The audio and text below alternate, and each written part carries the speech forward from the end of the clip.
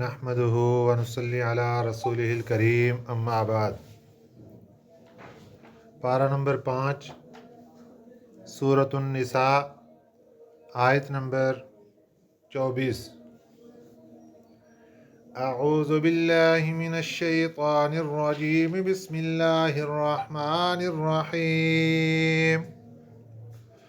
والمحصنات من النساء إلا ما ملكت أيمانكم كتاب الله عليكم وأحل لكم ما وراء ذلكم أن تبتغوا بأموالكم محصنين غير مسافحين، فما استمتعتم به منهن فآتوهن أجورهن فريضة، ولا جناح عليكم فيما تراضيتم به من بعد الفريضة، إن الله كان عليما حكيما۔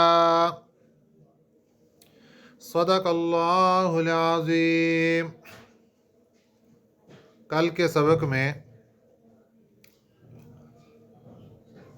ان خواتین کا تذکرہ تھا جن کے ساتھ مرد کا نکاح کرنا حرام ہے۔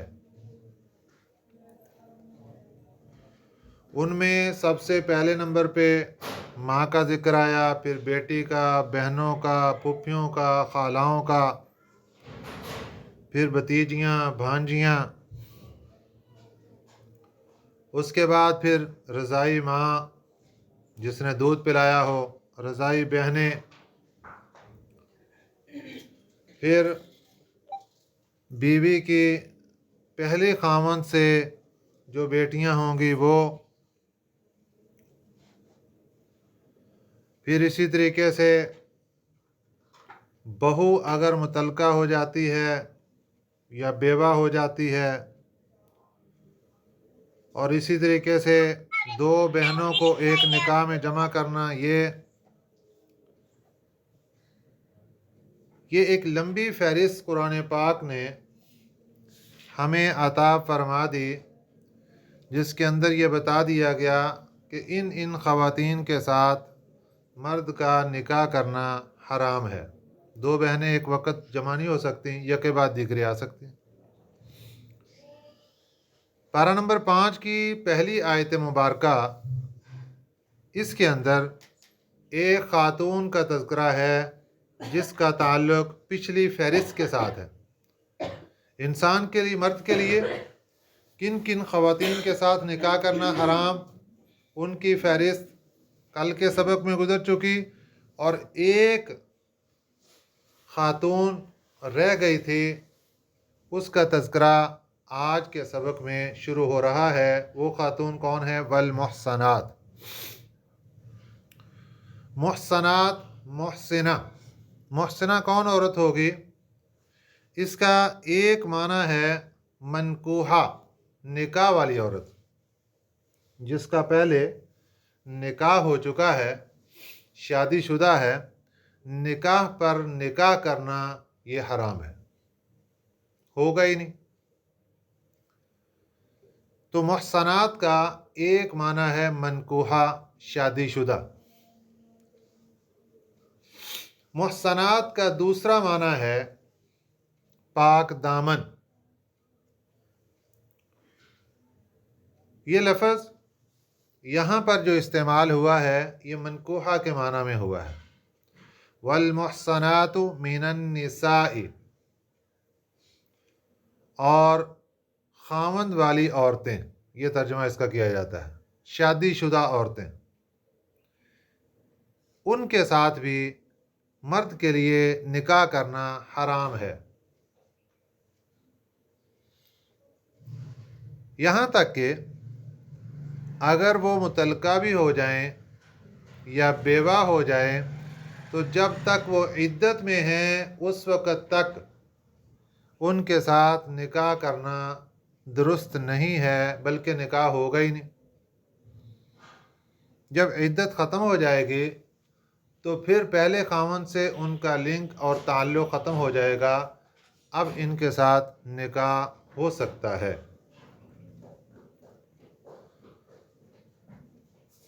والمحصنات من النساء، मनकूहा औरतें, शादीशुदा औरतें, उनके साथ भी निकाह करना हराम, इल्ला मा मलकत ऐमानुकुम, मगर वो जिनके मालिक हों तुम्हारे हाथ।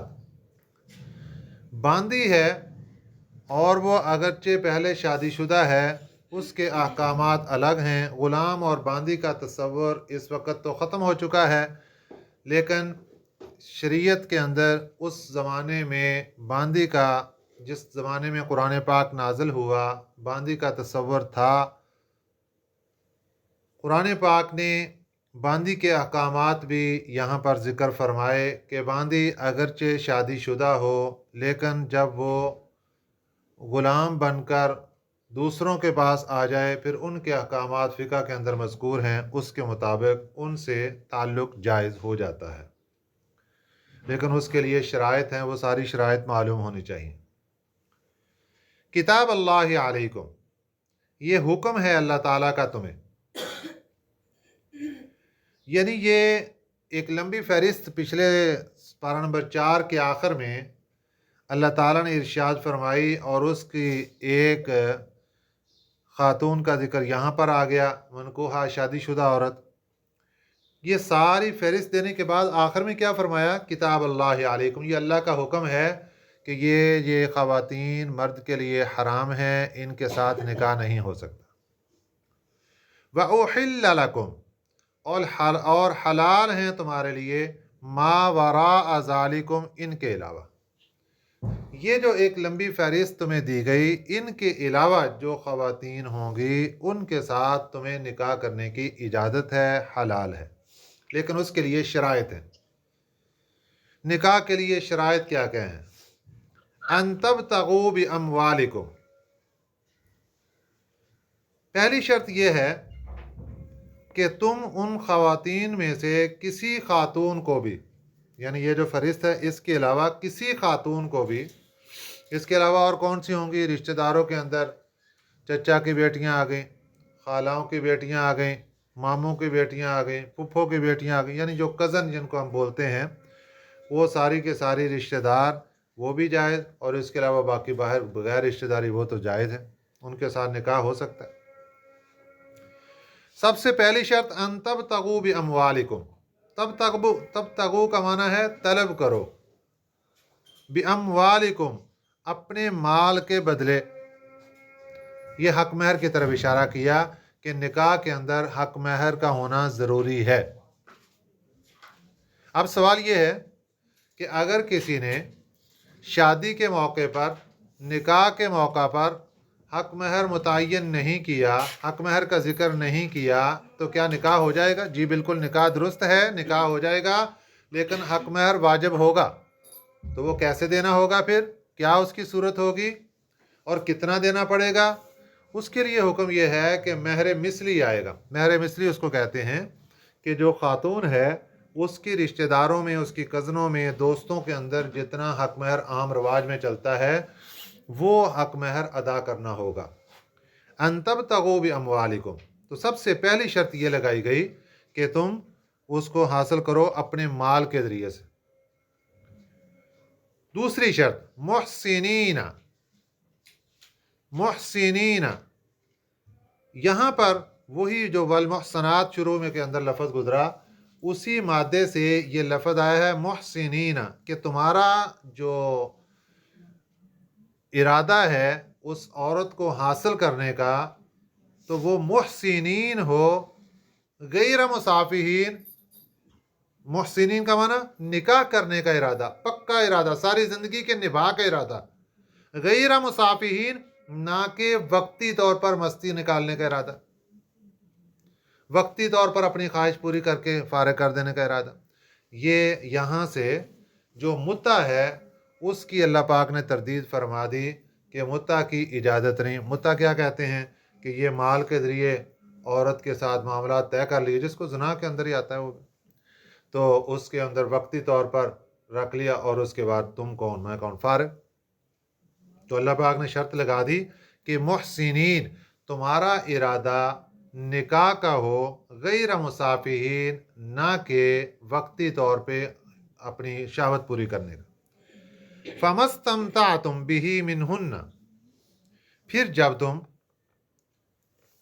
इस्तिमता कर लो उनसे, यानी उनसे नफ़ा हासिल कर लो, उनसे अपनी ख्वाहिश पूरी कर लो, बिही मिनहुन्न, उन औरतों से, फ़आतूहुन्न उजूरहुन्न फ़रीज़ा, फिर दो उनको उनका हक महर फ़रीज़तन, जो मुकर्रर हुआ है। देखें यहाँ पर जो मसले की तरफ इशारा है वो ये है कि खुदा ना खास्ता अगर निकाह के बाद कोई मामलात ऐसे बन जाते हैं कि इनका मियाँ बीवी का निभाह आगे नज़र नहीं आ रहा, मामलात अभी ख़राब हो गए और ये अलहदगी चाह रहे हैं, तो अब जो हक महर रखा गया है उसके लिए क्या हुक्म है? उसकी दो सूरतें होती हैं कि अगर तो लड़की औरत की अभी तक रुखसती नहीं हुई, वो अपने घर के अंदर है, खामद और बीवी इनकी मुलाकात नहीं हुई, इनका ताल्लुक़ कायम नहीं हुआ। अगर इनकी मुलाकात नहीं हुई, मुलाकात से मुराद ये है कि तन्हाई इनको मुयस्सर नहीं आई। अब अगर तो मुलाकात नहीं हुई, फिर इनकी तलाक हो जाती है, तो ये फिर आधा हक महर देना पड़ेगा, निसफ हक महर होगा। और अगर इनकी तलाक वाक़ होती है, अलहदगी वाक़ होती है इनकी मुलाकात के बाद, जिसका इस आयत मुबारका में यहाँ पर तज़किरा, फ़मस्तमतअतुम बिही मिनहुन्ना, फिर जब तुम उनसे मुतनफ़े हो जाओ, मुंतफ़े हो जाओ, यानी नफ़ा हासिल कर लो, मिनहुन्ना, उन औरतों से, फ़आतूहुन्ना उजूरहुन्ना फ़रीज़ा, फिर उनको दे दो उनका हक महर फ़रीज़तन, जो मुकर्रर हुआ है। जितना हक महर मुकर्रर हुआ, अब कोई गुंजाइश नहीं, अब आपको देना पड़ेगा। वला जुनाह अलैकुम फ़ीमा तराज़ीतुम बिही मिन बअदिल फ़रीज़ा, हक महर मुकर्रर हो गया, मुकर्रर होने के बाद क्या उसमें कमी बेशी की गुंजाइश है? जी बिल्कुल है। मियाँ बीवी दोनों जिस बात पर राज़ी हो जाएं, अगर मियाँ ज़्यादा देने का ख्वाहिश रखता है तो ठीक है, वो भी इजाज़त, और अगर बीवी हक महर कम करने की ख्वाहिश रखती है कि ये मुझे लग रहा है कि बोझ है, मैं तो उस वक़्त लोगों के मशवरे में आकर मैंने बता दिया, बना दिया इतना, और इसने भी इतना रख दिया, चलो कोई बात नहीं, आप इतना दे देना, कम कर दिया, तो ये भी इजाज़त है। पूरा माफ़ कर देता, अब भी उसके लिए इजाज़त है। ये तज़किरा हुआ। वला जुनाह अलैकुम, और नहीं है गुनाह तुम्हारे पर, फ़ीमा, उस चीज़ में, तराज़ीतुम बिही, इस हक महर के मामले में जिस बात पर तुम रजामंद हो जाओ, तुम रजामंद हो जाओ, बिही, इस हक महर के मामले में, मिन बअदिल फ़रीज़ा, मुकर्रर करने के बाद, हक महर मुकर्रर हो चुका था, मुतय्यन हो चुका था कि इतना हक महर है, और फिर उसके बाद अगर मियाँ बीवी किसी बात पर रजामंद हो जाते हैं कि मैं इतना ले लूँगी, वो कहता है ठीक है मैं ज़्यादा दूंगा, कम दूंगा, जितने भी इनकी आपस में रजामंदी हो जाए तो कोई गुनाह नहीं, वला जुनाह, कोई गुनाह नहीं। इन्नल्लाह कान अलीमन हकीमा, बेशक अल्लाह ताला की ज़ात जानने वाली भी है और हिकमत वाली भी है। आयत के आखिर में अल्लाह ताला ने फरमा दिया कि अगर कोई खामद दो नंबरी करेगा तो ये समझ ले कि अल्लाह ताला को सब कुछ मालूम है, और वो हिकमत वाली ज़ात है, वो दानाई वाली ज़ात है, उसने जो बेहतर समझा वो तुम्हारे लिए उसके मुताबिक हुक्म इरशाद फरमा दिया। वमन लम यस्तति मिनकुम तौलन अन यनकिहल मुहसनातिल मुमिनात, यहाँ से तज़किरा है बांदी के साथ निकाह करने का। बांदी का मालिक होता है उसका आका, आका की इजाज़त के बगैर बांदी का निकाह नहीं हो सकता। अगर कोई बंदा मालदारी में बहुत कमज़ोर है, उसके पास इस्तिताअत नहीं है आज़ाद औरत के हुकूक बर्दाश्त करने की, उसका नानो नफ़का और उसके सारे मामलात वो बर्दाश्त करने की ताकत नहीं है, और उसको ख़तरा है कि अगर मैं शादी नहीं करता तो कोई गुनाह के अंदर पड़ जाऊंगा, तो ऐसी हालत में शरीयत मुताहरा उसको इजाज़त देती है कि ठीक है आप किसी बांदी के साथ निकाह कर लें। तो इस आयत मुबारक में बांदी के साथ निकाह करने की इजाज़त मुयस्सर हो रही है, लेकिन ये जो इजाज़त है ये मजबूरी के तौर पर है, इसको पसंद नहीं किया गया। उसकी वजूहात मैं आगे जाकर अर्ज करता हूँ। वमन लम यस्तति' मिनकुम, और जो शख्स नहीं ताकत रखता तुम में, तौलन, तौलन का माना है कुदरत, यानी मालदारी की ताकत नहीं है उसमें, अयन की हल मुहसनाती, ये कि वो निकाह करे, मुहसनात आज़ाद औरत के साथ, अलमुमिनात मोमिन, आज़ाद मोमिन औरत के साथ निकाह करे, इसकी उसके अंदर ताकत नहीं है। फमिम्मा मलकत ऐमानुकुम, तो फिर ये उनके साथ निकाह कर ले जिनके मालिक हैं तुम्हारे हाथ, मिन फतयातिकुमुल मुमिनात, मोमिन बांदियों में से। फतयात कहते हैं बांदी को, बांदियाँ, मुमिनात मोमिन बांदी के साथ निकाह कर ले। गुलाम मुज़क्कर है, बांदी मुअन्नस है। वल्लाहु अअलमु बिईमानिकुम, अल्लाह ताला ज़्यादा जानता है तुम्हारे ईमान को। अल्लाह को तो पता है मोमिन कौन है, पक्का मोमिन कौन है, और सच्चा मोमिन कौन, खरा कौन, खोटा कौन, अल्लाह को मालूम। बाज़ुकुम मिन बाज़िन, तुम आपस में एक ही हो, अगरचे वो बांदी है और तुम आज़ाद हो, वो ग़ुलामी की ज़िंदगी में है, लेकिन तुम आपस में एक ही हो। आपस में एक होने का क्या मतलब, कि तुम एक ही हज़रत आदम अलैहिस्सलातु वस्सलाम की औलाद हो, वो भी इंसान है, तुम भी इंसान हो, जिन्स एक ही है, इसलिए तुम्हारा आपस के अंदर निकाह जायज़ है। सिर्फ फ़र्क ये है कि तुम आज़ाद हो और वो ग़ुलाम है। फ़न्किहूहुन्ना, उनके साथ निकाह कर सकते हो, निकाह करो उनके साथ, बिइज़्नि अहलिहिन्ना, उनके मालिक की इजाज़त के साथ। मालिक अगर इजाज़त दे देते हैं तो फिर उनके साथ निकाह कर सकते हैं, और अगर मालिक इजाज़त नहीं देते तो फिर निकाह नहीं हो सकता। वआतूहुन्ना उजूरहुन्ना बिलमारूफ, वआतूहुन्ना, और दे दो उनको, उजूरहुन्ना, उनका हक महर, बिलमारूफी, दस्तूर के मुआफिक, दस्तूर के मुताबिक उनका हक महर भी उनको अदा कर दो जब आपने बांदी के साथ निकाह किया। यहाँ एक मसला अलग है कि वो जो हक महर होगा वो उस औरत की मलकियत होगी, एक कौल ये है। दूसरा कौल ये कि नहीं, बांदी का सब कुछ उसके आका की मलकियत ही होता है, लिहाजा ये हक महर भी आका की मलकियत में जाएगा। ये फ़िक़्ह का मसला, अलग मामला।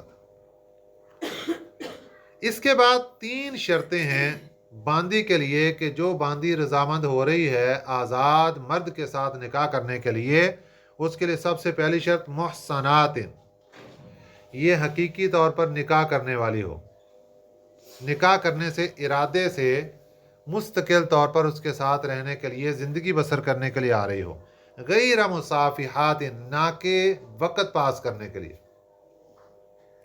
कि बस वक्ती तौर पर 4 दिन गुजारते उसके बाद ख़त्म।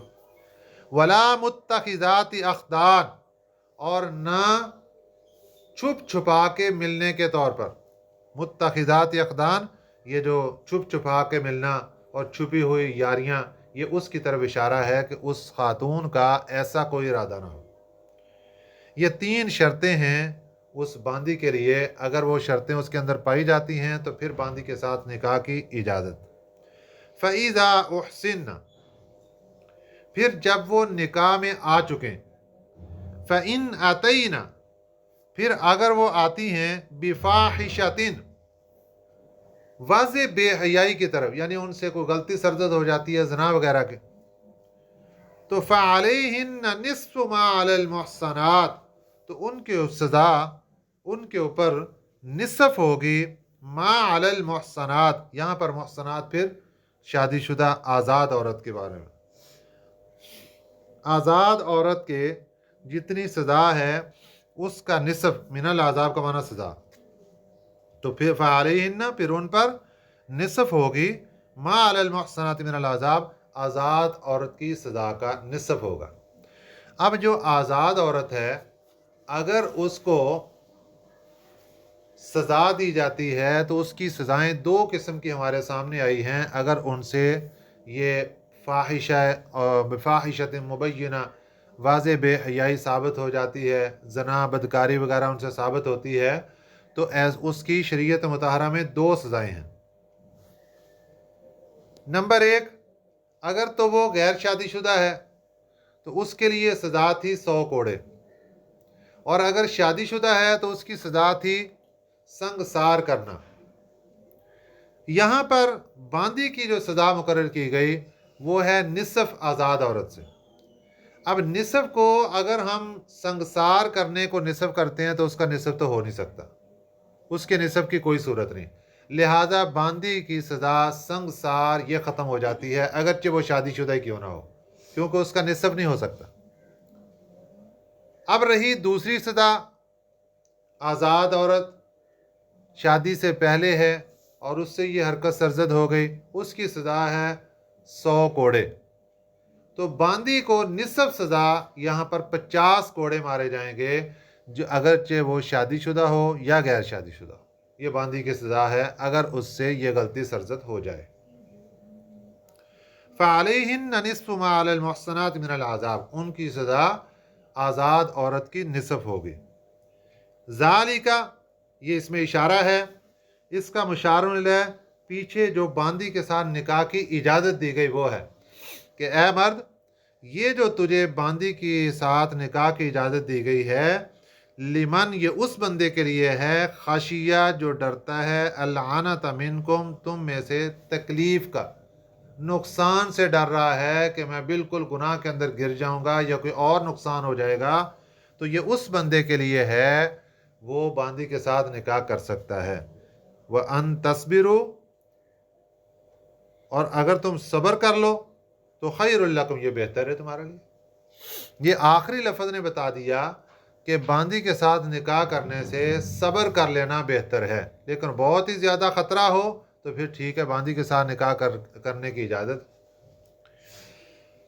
تو اگر صبر کر لیں یہ بہتر ہے۔ واللہ غفور الرحیم، اللہ بخشنے والا رحم کرنے والا ہے۔ تو یہاں پر آخر کے اندر جو اشارہ دے دیا وہ اس بات کی طرف اشارہ کر دیا کہ تم اگر باندی کے ساتھ نکاح کرو گے تو اس میں نقصانات کا اندیشہ بھی ہے۔ پہلا نقصان کیا ہوگا کہ باندی سے جو اولاد پیدا ہوگی، باندی سے جو اولاد پیدا ہوگی وہ غلام ہی کہلائے گی۔ اب یہ بندہ اس کا مالک بنے گا، تو غلام اولاد پیدا ہو رہی ہے، تو اس لیے یہ بھی خطرہ ہے کہ کل کو اولاد غلامی کے اندر چلی جائے، ظاہر ہے وہ باندی سے ہے، تو اس لحاظ سے یہ منع فرما دیا گیا۔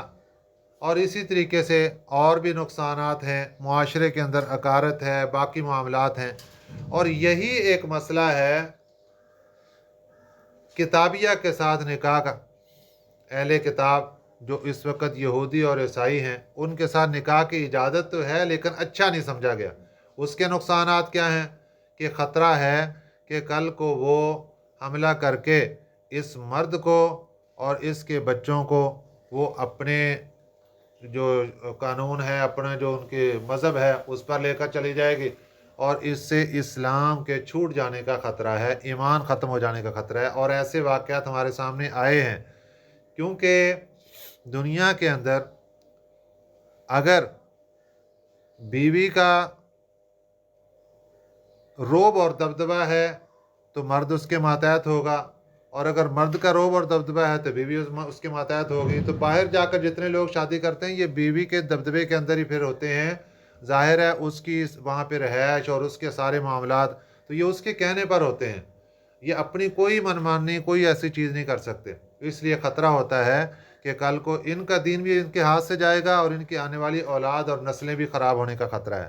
تو اس لیے اچھا نہیں سمجھا گیا، اور بلکہ جو آج کل کے اہل کتاب ہیں ان کے ساتھ تو بالکل اجازت نہیں، کیونکہ یہ اہل کتاب صرف نام کے ہیں، اصل حقیقت کے اندر نہ ان میں کوئی یہودی ہے نہ ان میں کوئی عیسائی ہے، یہ کوئی ملحد قسم کے ہیں، نہ یہ کسی نبی کے قائل اور نہ کسی شریعت کے اور نہ کسی آسمانی کتاب کے قائل ہیں۔